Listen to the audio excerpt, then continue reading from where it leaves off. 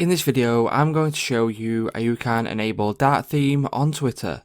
For more tutorials, make sure you subscribe, and let's get right into it. So, as you know, a lot of people do prefer the Dart mode theme on a lot of apps. So if you want to enable this on Twitter, it's actually a really simple thing to do. So the first thing you will need to do is head over to your Twitter app. Once you open up Twitter, you'll be on your home page here. And from here, what you need to do is select the three lines in the top left corner, and then you will need to select Settings and Privacy. Once you select Settings and Privacy, as you can see under General there is an option for Display and Sound. If you click on Display and Sound, you will get these options here, and right under Display, you will see the option for Dart Mode. If you click on that, you will have a lot of options here, but if you want to turn it on, what you can do is just simply select On. And then as you can see, that has changed my Twitter to the Dart theme. So that's how you can go ahead and enable Dart mode on Twitter.